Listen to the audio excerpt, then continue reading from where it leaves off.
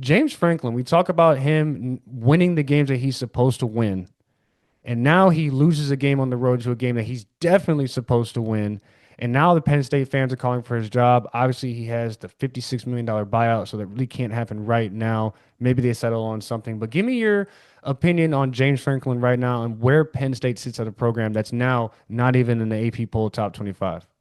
Well, I think with the nature of transfer portal and NIL, you're going to have some fluke and weird outcomes. So I don't know that I want to overreact to James Franklin just yet, but this is now back-to-back weeks where he's been favored to win and he lost. Hmm. One was at home in overtime, nonetheless, but they still lost. And then on the road, I thought it was really funny. I thought maybe we were watching this together, but I thought Drew Aller looked sunburnt like at Yeah. UCLA, and it kind of just like were they just not prepared? Like, was it too hot? Like, was it? I don't know what it was, but I just felt like Penn State kind of sleptwalked to this, and they were trying to get ready and Yes. back. And the thing about playing, I have the same or similar feel for Ohio State right now.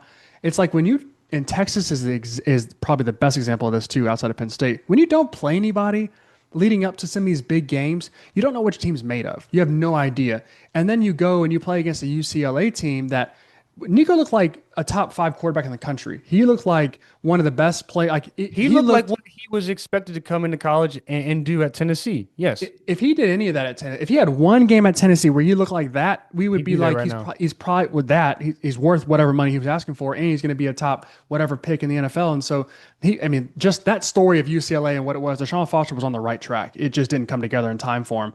But James Franklin, here's an interesting stat about just kind of where Penn State sits because I was not on the bandwagon of fire Ryan Day when they lost to Michigan. I didn't think that was appropriate. I Right. didn't think that there was another coach you could find to head Ohio State that would get the same Great results. point. Yes. With Penn State, though, anybody can be the third best team in the Big Ten. Anybody can play that role. And here's the thing: I do I want to fire James Franklin right now? No, but I look at Ohio State being number one. I look at Oregon clearly being number two, and then you would put Penn State there. But I have Kurt Cignetti sitting there. I have what's seeming to be a resurging Michigan team Right. who's probably going to be number three next year, if not two or one, with Bryce Underwood, and they can get some receivers there.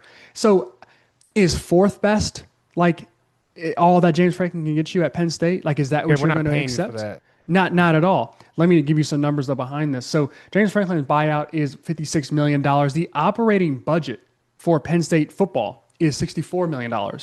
So he firing him would take up all of that. Now, the revenue that they generated last year was 113 million. So if I'm looking at James Franklin as a guy who can inspire the fan base, who can recruit decently, he's never had a recruiting class in the top 10. That's a lie. 2002 or 2022 he did. So 2021 he had the 21st best recruiting class. 2022 he was sixth. Then he's been 13th, 13th, and 15th, 2023, 4, and 5. So never really in the top 10. He's not recruiting at the level that you expect his team to play at. So I don't know that he's even overrated. These outcomes are just going to happen with the NIL transfer portal era. We're going to see weird things like this. Good teams fall to what we think are really bad teams.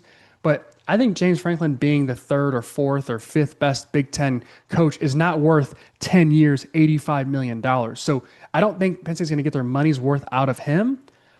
But I don't know if they make the playoff this year. And this was the year that they were supposed to be the best team. This was their best. Like they had all these returning guys coming back, and they got the best defensive coordinator in the country, Jim Knowles, to come to there. And it's just like this is what you get. Like this, like you, Penn State or UCLA scored back to back to back against this Penn State defense that's supposed to be really good. And this is an 0-4. So I just you could find a guy like James Franklin, pay him less money to get you the same results. I do believe that. Fair. But I think these buyouts are just to the point where you have to stick with the guy. And I think that's good for the sport. It's good for the coach. It's good for the kids so that they know who their coach is going to be.